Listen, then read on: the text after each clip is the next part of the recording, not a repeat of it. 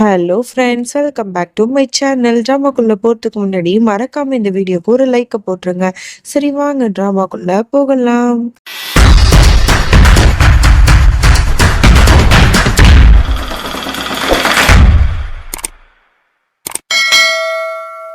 Starting சீன்ல நம்மளோட கங்காவை தான் காட்டுறாங்க. சாகர் வந்து ஜான்வி கிட்ட வளையல குடுன்னு சொல்லிட்டு ரொம்ப பிடிவாதமா கேட்டுட்டு இருப்பான். அப்ப கரெக்டா அந்த இடத்துக்கு நம்மளோட கங்கா வந்துருவா. இவ கூட ரொம்ப க்ளோஸா இருப்பான். கிட்டத்தட்ட பெட்ல வந்து அவ கீழே விழுந்திருப்பான். அவ மேல ஏறிட்டு தான் அவன் வந்து வளையல புடுங்கிட்டு இருப்பான். இந்த கோலத்துல அவங்க ரெண்டு பேரையும் பார்த்த உடனே இவங்க ரெண்டு பேரும் தப்பா நடந்துட்டு இருக்காங்க போல அப்படிங்கிற மாதிரி நம்ம கங்கா தப்பா நினைச்சிருவா. உடனே சாகர் வந்து டக்குனு எதிர்த்து, கங்கா நீ நினைக்கிற மாதிரி எதுவும் இல்ல, ஆக்சுவலி வந்து இந்த வளையல் இருக்குல்ல, இது வந்து அவள் போட்டுட்டு இருந்தால, இது வந்து நான் உனக்காக தான் வச்சிருந்தேன்னு நான் அப்பவே சொன்னேன், இந்த இது உனக்கு தான் அப்படிங்கிற மாதிரி அந்த வளையலை தூக்கி அவகிட்ட கொடுக்குறான். இதெல்லாம் பார்க்குற ஜான்விக்கு செமையா கோவம் வருது. இந்த வளையல ஆன்டி என்கிட்ட தான் கொடுத்தாங்க, அதனால நான் அவங்க கிட்டே கொடுத்துருவேன் அப்படின்னு சொல்லிட்டு என்ன பண்ணுறா, கங்கா கையிலேருந்து பிடுங்கிட்டு போடிடுறாளா. அப்போதான் சாகர் சொல்லிட்டு இருக்கான், கங்கா நீ எதுவும் மனசில் வச்சுக்காத, அவள் ஏதாவது இந்த மாதிரி தான் பண்ணிட்டு இருப்பா லூசுத்தனமா அப்படிங்கிற மாதிரிலாம் சொல்லிட்டு இருக்கான். பட் கங்காவுக்கு வந்து ரொம்பவே சந்தோஷமா இருக்கு. அந்த வளையல வந்து சாகர் நமக்காக தான் வச்சிருந்தான் போல, அப்போ நம்மளை வந்து மனைவியா ஏற்றுக்கிறதுக்கு அவன் தயாராக இருக்கான் போல, அப்போ நம்மளை லவ் பண்ணுறான் போல அப்படின்னு சொல்லிட்டு அவளோட மனசுல மாளிகையே கட்டிட்டு இருக்கா. அப்புறம் இங்க ஜான்வி என்ன பண்றா, சாரதா கிட்ட போயிட்டு ஆன்டி தாங்க வளைய அப்படின்னு சொல்லிட்டு கொடுக்குறா. உடனே அவன் வந்து ஷாக்கா, என்னாச்சுமா உனக்கு தானே நான் கொடுத்தேன் அப்படின்னு சொல்லிட்டு கேட்க, இல்லை எனக்கு வேணாம், சாகர் வந்து என் கையிலேருந்து பிடிவாதமா இதை பிடுங்கி கங்கா கிட்ட கொடுத்துட்டா, நான் வந்து உங்ககிட்ட இருந்து தானே வாங்கினேன், அதனால தான் வந்து கொடுத்துட்டேன் அப்படிங்கிற மாதிரி சொல்லிட்டு இருக்கும்போது அந்த இடத்துக்கு கங்கா வந்துடுறா. உடனே வந்து ஆமா ஆன்டி பாத்தீங்களா, இதை வந்து நீங்க வருங்கால மருமகளுக்கு தானே வச்சிருந்தேன், இந்த பொண்ணு தப்பா எடுத்து போட்டுக்கிட்டா போல, பத்திரமா எடுத்து வைங்க, இது சாகரோட மனைவிக்கு உள்ளது தானே அப்படிங்கிற மாதிரிலாம் இவ சொல்ல, உடனே சாரதாக்கு அப்படி செம்மையா கோவம் வருது. கங்காவை திட்டுன்னு போல இருக்கு, ஆனா வாயை மூடிட்டு அப்படி நின்னுறா. ஜான்வி வந்து கோவத்துல அங்கேருந்து போயிடுறா.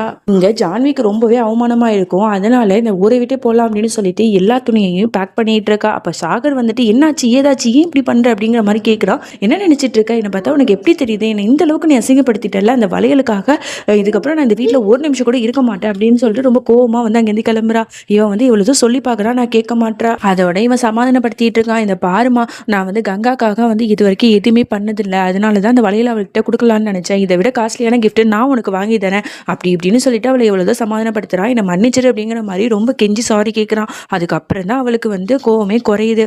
ஓகே உனக்காக தான் நான் இங்கே இருக்கேன் அப்படிங்கிற மாதிரி சொல்லிட்டு இருக்கா. அதோட இங்கே ஃபங்க்ஷனும் ஸ்டார்ட் ஆகுது. ரெண்டு பேருக்கும் வந்து என்கேஜ்மெண்ட்டும் முடிச்சு வச்சிடுறாங்க. எல்லாரும் ரொம்பவே ஹாப்பியா இருக்காங்க. அப்போ வந்து கங்கா இதெல்லாம் தூரத்துலேருந்து பார்த்துட்டு இருக்கா. சின்ன வயசுல இருந்தா கங்கா சாகருக்கு என்கேஜ்மெண்ட் நடந்தா எப்படி இருக்கும் அப்படின்னு சொல்லிட்டு கனவு காண ஆரம்பிச்சிடுறா. அப்படியே அவளுக்கு ஆனந்த கண்ணீரே வந்துடுது. அப்பா அவளோட அப்பாலாம் வந்து இவளுக்கு ஆசீர்வாதம் பண்ற மாதிரிலாம் கனவு கண்டுட்டு இருக்கா. அதுக்கப்புறம் அப்பா இவகிட்ட வந்து பேசவும் செய்யறாரு. இதெல்லாம் நினைச்சு பார்த்துட்டு இவளுக்கு ரொம்பவே சந்தோஷமா இருக்கு. அதுக்கப்புறம் தான் பாக்குறா, ஓ இதெல்லாம் கனவாங்கிற மாதிரி. அப்புறம் நல்லபடியா என்கேஜ்மெண்ட் நடந்ததுக்கு அப்புறம் பாட்டி கிட்ட வந்து ஆசீர்வாதம் வாங்கிக்கோங்க அப்படிங்கிற மாதிரி சாரதா சொல்ல, உடனே பாட்டி வந்து அதெல்லாம் ஒன்றும் தேவையில்லை அப்படிங்கிற மாதிரி சொல்லுது.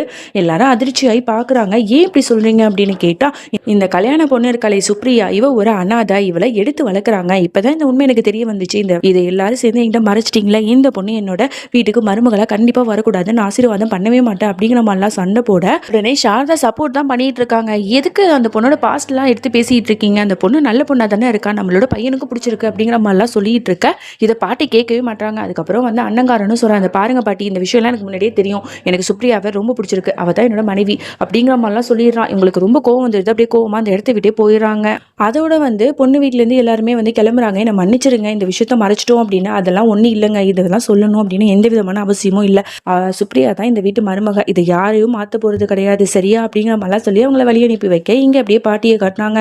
அங்கே அத்தைக்காரி வந்து கண்ணா பின்னாடி ஏற்றி விட்டுட்டு இருக்கா. பார்த்தீங்களாமா, நீங்கள் இவ்வளோ சொல்லியுமே கூட இந்த கல்யாணம் நடக்க போகுது, இந்த வீட்டில் உங்களுக்கு மரியாதையே இல்லை, இந்த வீட்லையே நீங்கள் இருக்க போறீங்க, பேசாமல் என் கூட வந்துடுங்க அப்படி இப்படின்னு சொல்லிட்டு இவன் நல்லா ஏற்றி விட்டுட்டு இருக்கா. அப்போ கரெக்டாக அந்த இடத்துக்கு சாரதா வந்துடுறா. அத்தை எதுக்கு இந்த மாதிரிலாம் பண்ணிட்டு இருக்கீங்க, என்னோட பையனுக்கு நிச்சயம் நடக்க போகுது, அப்படி இருக்கும்போது எதுக்கு இந்த மாதிரிலாம் வந்து தேவையில்லாத பிரச்சனை பண்ணுறீங்க அப்படின்னு கேட்டால், என்ன நீ சொல்லிட்டு இருக்க, அந்த பொண்ணுக்கு குடும்பம் உறவு எதுவுமே இல்லை, அப்படிப்பட்ட பொண்ணை நம்ம வீட்டு மருமகளாக நீ ஏற்றுக்க போறியா, அப்போ இந்த பொண்ணுக்கும் கங்காக்கும் என்ன வந்து வித்தியாசம் இருக்க போகுது அப்படிங்கிற மாதிரி கேட்டுடுறாங்க. உடனே அவளுக்கு ரொம்பவே கோவம் வருது. இந்த பாருங்கத்தை தேவையில்லாமல் கங்காவையும் சுப்ரியாவையும் ரெண்டும் கம்பேர் பண்ணி பேசாதீங்க. கங்கா வேற, இவ வேற. அதனால நீங்க தேவையில்லாம பேசாதீங்க அப்படின்னு சொல்ல உடனே அத்தைக்காரி சொல்றா, இதுவே சாகருக்கு நடந்திருந்தா இவ இப்படிலாம் பேசியிருப்பாளா? பெரியவனை தான் இவளுக்கு பிடிக்காதே அப்படிங்கிற மாதிரி திமிரா பேச, இந்த பாருங்க என்னோட பசங்க 2 பேரையும் நான் ஒரே மாதிரி தான் நினைக்கிறேன். அதனால தேவையில்லாம இந்த மாதிரிலாம் பேசாதீங்க. என் பசங்களுக்கு யாரை கல்யாணம் பண்ணி வைக்கணுங்கிறத நான் தான் முடிவு பண்ணுவேன் அப்படின்னு சொல்லிட்டு திமிரா சொல்லிட்டு அங்கேருந்து போயிடுறா. உடனே வந்து பாட்டிக்கு செம்மையா கோவம் வருது. எவ்வளவு திமிர்டி உனக்கு, என்கிட்டயே நீ மரியாதை இல்லாம நடந்துக்கிறியா? இதுக்கப்புறம் நான் என்னெல்லாம் பண்ண போறேன்னு பாரு அப்படின்னு சொல்லிட்டு இது பாட்டு காட்டு கத்திட்டு இருக்கு. அதோட இங்க வந்து சாகரை காட்டுறாங்க. அண்ணா எனக்கு உண்மையாவே வந்து என்ன சொல்றதுனே தெரியல. இந்த விஷயம்லாம் உங்களுக்கு முன்னாடியே தெரியுமா? அந்த பொண்ணு வந்து ஆசிரமத்துல இருந்தா எடுத்திருக்காங்க அப்படிங்கிற விஷயம் அப்படின்னு கேட்க, ஆமாடா எனக்கு தெரியும். அந்த பொண்ணை பார்க்கும்போது எனக்கு வந்து தோணுச்சு, இவ ரொம்ப கஷ்டத்துல இருக்கா, அவளுக்கு வந்து அன்பு தேவைப்படுது, குடும்பம் தேவைப்படுது, அது நம்ம வீட்டுக்கு வந்தாதான் சரியாகும்னு தோணுச்சு, அதனால தான் நான் கல்யாணம் பண்ணிக்க ஒத்துக்கிட்டேன் அப்படிங்கிற மாதிரிலாம் சொல்லும்போது, I am really proud of you, நான் உனக்கு ரொம்ப சந்தோஷமா இருக்கு அப்படின்னு சொல்லிட்டு இவன் ஹக் பண்ணிக்கிறான். அப்பதான் வந்து இந்த மாதிரி கங்கா சாரா, பாத்தியா காதல்னு ஒண்ணு எப்ப வேணா வரும், அது வந்துச்சுன்னா எப்ப என்ன வேணா நடக்கும் அப்படிங்கிற மாதிரிலாம் சொல்லிட்டு இருக்கா. அதோட வந்து அந்த ஜான்வி சொல்றா, ஆமா காதல் வந்து வந்துச்சுனாலே வந்து அது கல்யாணம் வரைக்கும் கண்டிப்பா போய் முடியும் அப்படிங்கிற மாதிரி சொல்ல, உடனே சாகரோட முதுகு வந்து இவ கிள்ளுவா. உடனே அவனும் ஆமா ஆமா கண்டிப்பா பேசி பழகி இந்த மாதிரிலாம் வந்து காதல் வரும், சில பேருக்கு பார்த்தோன்னே கூட காதல் வரும் அப்படிங்கிற மாதிரிலாம் சொல்லிட்டு இருக்கானா. இங்க வந்து கங்கா அப்படியே பார்த்துட்டு இருக்கா, கண்டிப்பா அவன் என்னை பத்தி தான் சொல்றான் அப்படின்னு சொல்லிட்டு. ஆனா சாகரும் அந்த ஜான்வியும் பின்னாடி கையை வச்சு கோலம் போட்டு விளையாண்டுட்டு இருக்காளுங்க. பாவம் நம்ம கங்கா இதெல்லாம் தெரியாம அவ பட்டு சாகர் மேல இவ்வளோ காதல வச்சிருக்கா. நடுவுல வந்து சாகர் இந்த மாதிரி நான் ஜான்வி தான் காதலிக்கிறேன்னு சொன்னானா இவ என்ன பண்ணுவான்னு தெரியல. நீங்களே சொல்லுங்க, கங்கா சாகர் பேர் பிடிச்சிருக்கா இல்ல ஜான்வி சாகர் பேர் பிடிச்சிருக்கா அப்படின்னு சொல்லிட்டு மறக்காம கீழே கமெண்ட் பண்ணுங்க. அதோட நைட் ஆயிடுது. நம்மளோட கங்கா வந்து எப்போதும் தனியா ஒதுக்கப்பட்டு தானே படுக்குவா, அதே மாதிரி இப்போ தனியா ஒரு ஓரமா ஒரு போர்வையை போத்திட்டு படுத்து தூங்கிட்டு இருக்கால. அப்ப நைட்டு ஒரு மாதிரி சவுண்டு கேட்டுட்டே இருக்கு. என்னடா அது அப்படின்னு சொல்லிட்டு அவளும் தூங்கிட்டு இருக்கா. ஆனா அவளுக்கு தூக்கமே வரமாட்டுது. யாரோ வந்து போற மாதிரியே இருக்கு. ஐயோ என்னமோ இருக்கு அப்படின்னு சொல்லிட்டு டக்குன்னு டார்ச் லைட்டை எடுத்துக்கிட்டு மாடிக்கு போய் பாக்குறா. ஒரே சவுண்டு கேட்டுக்கிட்டே இருக்கு, யாரோ பொய்சன மாதிரி போற மாதிரி.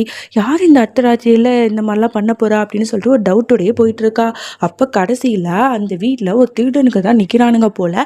கை நிறைய அங்க வீட்டுல இருக்கிற எல்லா நகையும் எடுத்துட்டு கங்காவை பார்த்தவன அந்த நகை எல்லாத்தையும் கீழே போட்டுட்டு நீயா அப்படிங்கிற மாதிரி கேட்டுட்டு இருக்கானுங்க. எவ்வளவு திமிர்டா நீங்களா, யாதா ஃபர்ஸ்ட் திருடனுங்களா அப்படின்னு சொல்லிட்டு அம்மா அப்பா சாகர் அப்படின்னு சொல்லிட்டு கத்த ஆரம்பிச்சிடுறா. உடனே வந்து வீட்டுல இருந்து எல்லாரும் வர ஆரம்பிச்சிடுறாங்க. வாயை மூடுறி அப்படின்னு சொல்லிட்டு அந்த திருடனுங்க நம்மளோட கங்காவோட வாயை பத்தி கழுத்துல கத்திய வச்சுட்டு இருக்கானுங்க. அந்த இடத்துக்கு அங்கிள் இருந்து எல்லாரும் வந்துடுறாங்க. கங்காவை வீடு எதுக்குடா அப்படி பண்றீங்க அப்படின்னு சொல்லிட்டு பண்ணா, என்னை இங்கேருந்து உடலை அப்படின்னா அந்த பொண்ணை நாங்கள் கொலை பண்ணிடுவோம் அப்படின்னு சொல்லிட்டு மாட்டிட்டு இருக்கானுங்க. அப்போ கரெக்டாக அந்த இடத்துக்கு சாகர் வந்தாரு. அந்த பாருங்கடா தேவையில்லாமல் எதுவும் பண்ணாதீங்க, என் கங்காவுக்கு எதுவுமே ஆகக்கூடாது அப்படின்னு சொல்லிட்டு இருக்கான். உன் கங்காவுக்கு எதுவும் ஆகக்கூடாது அப்படின்னா நாங்கள் இங்கேருந்து தப்பிக்கணும் அப்படிங்கிற மாதிரி அவனுங்க பேச, ஓகே நாங்கள் எதுவுமே பண்ண மாட்டோம், அவளை விட்டுன்னு சாகர் எவ்வளோதோ சொல்லி பார்த்துட்டு இருக்கான். அவனுங்க விடவே மாட்டாங்க. உடனே சாகர் என்ன பண்ண, டக்குன்னு அவனுங்களை அடிக்கிறதுக்கு போறான் பாருங்க. டக்குன்னு வந்து கங்காவை விட்டுட்டு இவனை சாகரை போயிட்டு கையில் அப்படியே கிழிச்சு விட்டுட்டு போய் ஓடி போயிடறானுங்களா. அதோட சாகரோட கையெல்லாம் அப்படியே அவ்வளோ ரத்தமா இருக்கு. அதோட எல்லாரும் கத்துறாங்க, சாகர் என்னாச்சு அப்படின்னு சொல்லிட்டு. நம்மளோட கங்காவுக்கு அவ்வளோ கஷ்டமா இருக்கு. ஐயோ சாகர் நமக்காக இப்படி பண்றானே அப்படின்னு சொல்லிட்டு அப்படி கதறி கதறி அழறா. அவனுக்கு வந்து ஃபர்ஸ்ட் எய்ட்லாம் பண்றதுக்கு பாக்குறாங்க. அப்போ வந்து அந்த திருடனுங்க அந்த நகையெல்லாம் போட்டுட்டு தான் ஓடி இருப்பானுங்க. எல்லாம் பரபரப்பா வந்து நம்ம சாகரை காப்பாத்துறதுக்கு பார்த்துட்டு இருக்கானுங்க. இதுக்கப்புறம் என்ன நடந்துச்சு அப்படின்னு சொல்லிட்டு நீங்க தெரிஞ்சுக்கணுமா, அதுக்கு நீங்க நாளைக்கு வரைக்கும் வெயிட் பண்ணணும். நம்மளோட சேனல்ல 3 பிடிச்ச ட்ராமாவும் போஸ்ட் பண்ணிட்டு இருக்கேன். ஸோ அந்த ட்ராமாவையும் பாருங்க. அப்படியே கீழே இருக்கிற ஹைப் பட்டனை கிளிக் பண்ணிடுங்க. அப்பதான் எனக்கு கொஞ்சம் சப்போர்ட்டா இருக்கும். நெக்ஸ்ட் வீடியோல சந்திக்கிறேன். அது வரைக்கும் என்னோட காத்திருங்கள். பாய். மறக்காம சர்ப்ரைஸ் பண்ணுங்க. தேங்க்யூ.